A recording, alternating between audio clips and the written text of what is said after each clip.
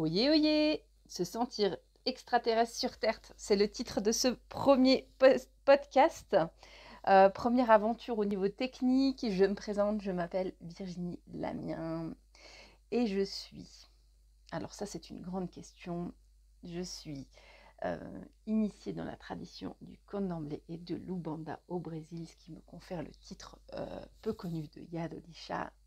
Par mariage, j'ai été introduite et j'ai la responsabilité d'un bébé fétiche africain. Et j'ai tout un parcours au niveau spirituel plutôt atypique et c'est ce que j'avais envie de partager. Et d'où le titre Se sentir extraterrestre sur Terre, notamment quand on choisit une spiritualité, des courants spirituels qui sont peu connus.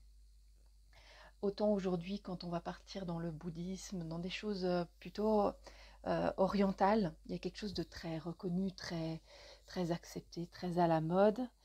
Et on peut aussi partir à contre-courant au niveau spirituel. Avoir une autre vision, avoir un autre regard, porter son intention sur une autre culture. Et ça fait se sentir extraterrestre. Parce qu'il y a des modes, et il y a des modes aussi au niveau spirituel. Se sentir extraterrestre sur Terre, c'est quoi ? Je pense que ça parlera à certains. C'est un moment de dire il y a certains codes. Notre société, elle attend de nous ça. Je pars d'un exemple de quelqu'un l'autre jour qui m'a dit mais moi j'ai 2 enfants super, il y a un mari qui travaille, on a l'argent, j'ai un petit boulot à côté, tout va bien. Et ça va pas. Et c'est ça, c'est se sentir extraterrestre, c'est ok. Actuellement, dans ton étape de vie, tu as répondu aux normes de la société, youpi. Tu es dans la norme, mais est-ce que ton âme, elle a besoin de ça? Est-ce que ton âme, aujourd'hui, elle est venue s'incarner pour avoir un chien, 4, 5, 8 enfants, avoir un travail de comptable? Peut-être oui, non pas, j'en sais rien. Et si toi, tu as ce sentiment de te sentir extraterrestre, puis ce sentiment de ne pas aller, de ne pas avoir abouti, en fait, de ne pas être abouti dans dans l'accomplissement personnel, tu te sens extraterrestre, eh bien, c'est là qu'il y a un niveau supérieur à aller. On a raté un petit peu les fondements qui sont la spiritualité, qui est la question, c'est de dire comment ressentir ton âme, quels sont les besoins, comment on peut nourrir notre âme. On est cantonné dans une société qui nous contraint dans la pyramide de Maslow où tu dois sécuriser, après tu vas dans la communication, après tu montes et l'accomplissement de toi et le tout petit triangle tout en haut de la pyramide de Maslow. Comme si, avant d'avoir accompli tout ton chemin, avant d'avoir gagné assez d'argent, avant d'avoir eu ta bonne hypothèque, en fait, la spiritualité, tu t'y concentres pas. Ça, c'est notre culture. C'est pas... La pyramide de Maslow va répondre à une partie de notre culture occidentalisée, ne répond pas, et c'est pas forcément la vision de tout le monde. C'est pas la vision, en fait, de ce que j'ai pu expérimenter dans d'autres cultures. Tu peux avoir ton assiette vide ou pas encore avoir ton hypothèque ou avoir peu de choses autour de toi et avoir un accomplissement personnel beaucoup plus abouti et beaucoup plus nourri que ce qu'on peut l'avoir. Et c'est là où on veut partir. On casse la pyramide de Maslow. On n'est pas en danger dans notre société actuellement. On a globalement des soins. Ça va. Disons que la pyramide de Maslow, globalement, elle est assurée. Et aujourd'hui, comment la grande question de ces prochains mois, c'est comment nourrir l'être que tu es, l'être divin que tu es, comment nourrir l'extraterrestre qui sommeille en toi, l'extraterrestre dans le sort, la partie, l'âme qui va sortir des normes, qui va sortir du carcan, qui va se libérer de ce qu'on attend d'elle. Et d'aller dans sa plus profonde essence. Je crois que c'est là où on va aller et ça va être le but de ce podcast, c'est dire à quel moment. Il y a plein de choses, on va retirer un petit peu comme les poupées russes. J'aime bien cette image-là où on retire une couche. Il n'y a pas une couche qui est plus juste que l'autre. Il n'y a pas une étape qui est pas juste. C'est-à-dire tout est un cheminement. Si demain on arrivait en vous disant, voilà, l'aboutissement de ta vie, c'est d'être telle, telle solution, telle version de toi-même, ben, on te prive de tout le cheminement pour y arriver, et puis à partir de là, on n'est pas bon. Donc, comment cheminer pour retirer toutes ces poupées russes et pour devenir un véritable être extraterrestre, extraordinaire, incarné sur cette terre dans sa propre mission. J'entends par là que tout un chacun n'a pas besoin de devenir un être mystique, n'est pas forcément un... Tout un chacun n'est pas forcément un Dalai Lama. Par contre, vous pouvez être une enseignante, vous pouvez être une enseignante qui travaille en conscience. Vous pouvez être une boulangère ou un boulanger qui travaille en étant passionné par ce qu'il fait, parce que nourrir ses pairs, c'est noble. Je me souviens il y a longtemps, j'ai habité Paris et je me souviens d'une boulangerie le midi où il y avait toujours la queue pour aller chercher nos sandwichs et il y avait une énorme queue en fait. Parce que, pourquoi ? Pas particulièrement, les sandwichs étaient bons, d'accord, mais ils n'étaient pas plus exceptionnels. Un sandwich, ça reste un sandwich. Mais par contre, quand on allait dans cette boulangerie-là, la boulangère, elle faisait le sandwich devant vous. Et je ne sais pas ce qu'elle avait, mais elle aimait faire ses sandwichs. Et en fait, quand elle les faisait, elle était présente, elle était là, elle rigolait, il y avait une interaction avec elle. Elle aimait son travail.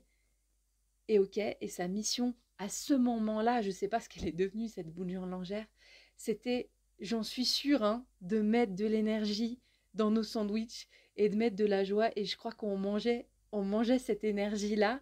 Et c'est pour ça qu'il y avait la queue devant cette boulangerie.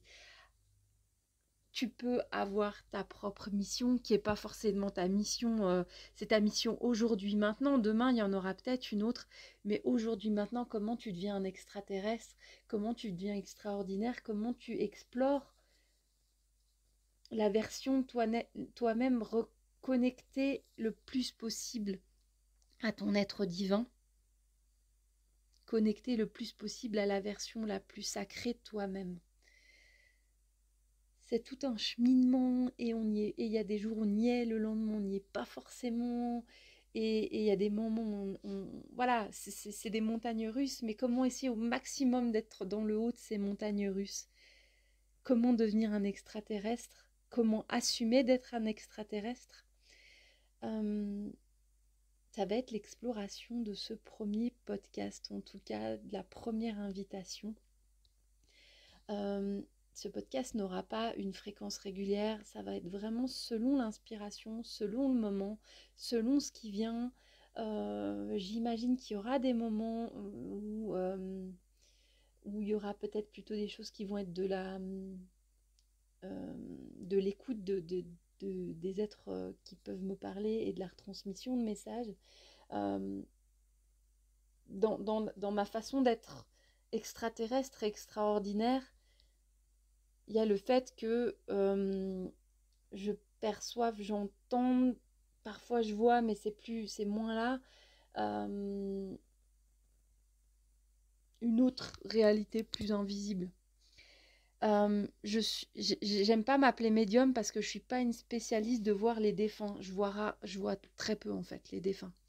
Je suis vraiment quelqu'un qui perçoit plutôt chez les personnes les guides. Dans ma perception du monde, une personne est là. Et à côté d'elle, il peut y avoir 1, 2, 3, il y a des énergies à côté qui l'accompagnent pour lui, voilà, qui sont voilà, ce que j'appellerais des guides, des maîtres. Et ça quand souvent, il peut y avoir, si on me demande, par exemple, si on me demande de me connecter, je peux en général me connecter à ce guide, cette présence, et communiquer avec elle pour transmettre le message. C'est médium, je sais pas comment on appelle ce que extraterrestre, ça me va bien. Je crois que c'est comme ça que je vais signer mes cartes de visite, cartes que je n'ai pas d'ailleurs. Mais dans cette vibration là, qu'est-ce qui vient? Et effectivement, moi j'ai des guides à côté. Cette dernière semaine, c'est ce qui m'a poussé un petit peu au podcast, c'est j'ai eu ma guide, je vous fais quelques mots, ma guide s'appelle Mère Joséphine, elle a vécu, en tout cas, elle n'a pas vécu les 2 guerres mondiales, elle a dû mourir avant la Première Guerre mondiale en France.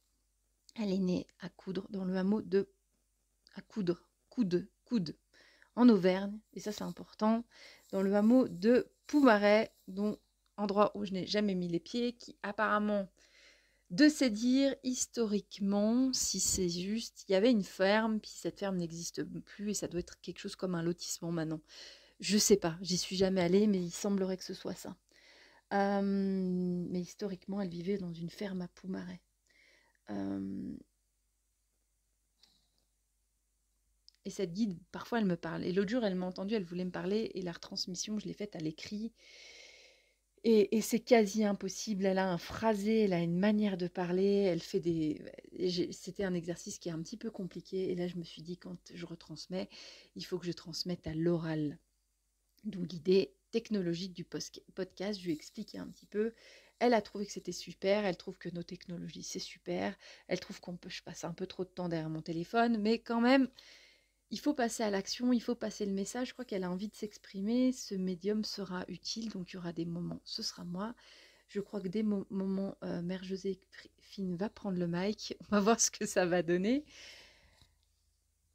J'ai pas la fréquence, j'ai pas le jour. Ça va vraiment être au feeling, au ressenti de ce qu'on vit. Et l'invitation première, c'est de dire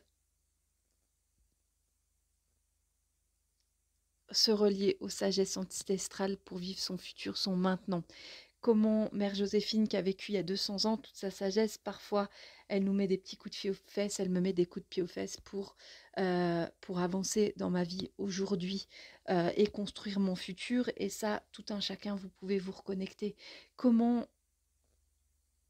dans cette pyramide de Maslow, je reviens là-dessus, c'est vraiment cette image qui vient de dire on est là, on construit, on vit comme des robots, on vit, ou alors on est complètement on vit complètement en marge.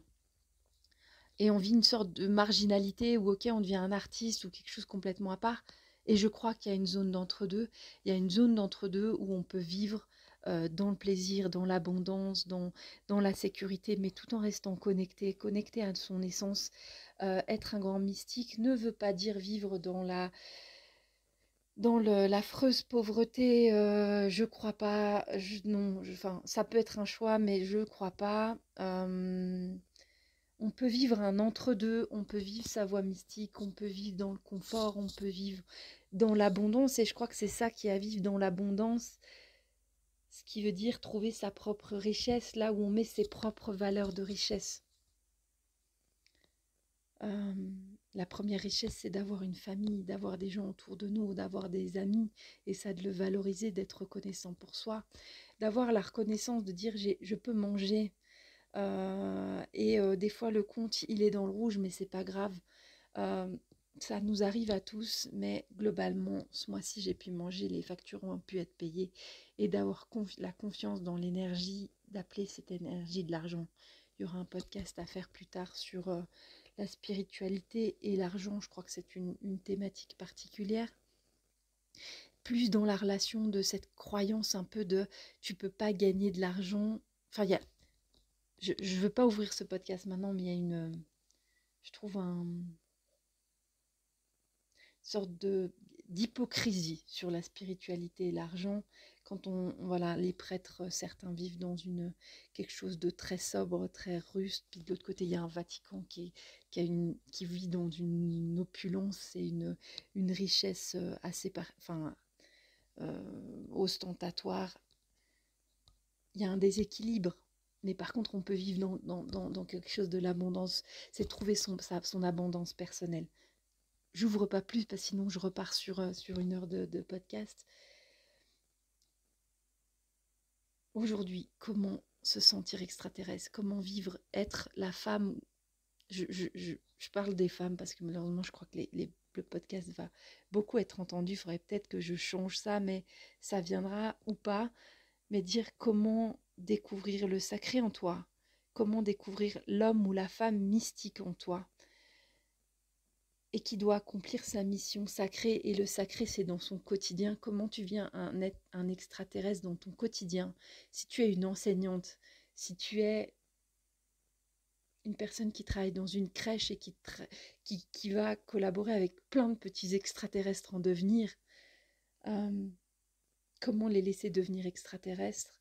Si tu es un comptable, si tu es tu dois pouvoir, il y a quelque chose si ça te plaît ton métier, comment soutenir financièrement les autres. Un comptable, il a un rôle aussi dans le soutien des autres à gérer l'énergie de l'argent pour pouvoir accomplir la mission d'un entrepreneur. Moi, je remercie mon comptable parce que sans ça, j'arriverais pas à gérer des flux. Je sais pas comment on fait, je suis perdue, je panique devant la déclaration d'impôt. Heureusement qu'il y en a un pour lequel la mission, c'est ça, heureusement.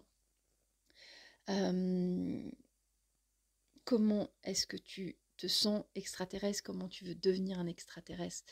Comment tu assumes l'extraterrestre dans l'abondance, dans l'amour et l'extraterrestre avec tes proches? Je vous souhaite une toute belle journée et on continuera une prochaine thématique qui viendra le moment juste pour ça.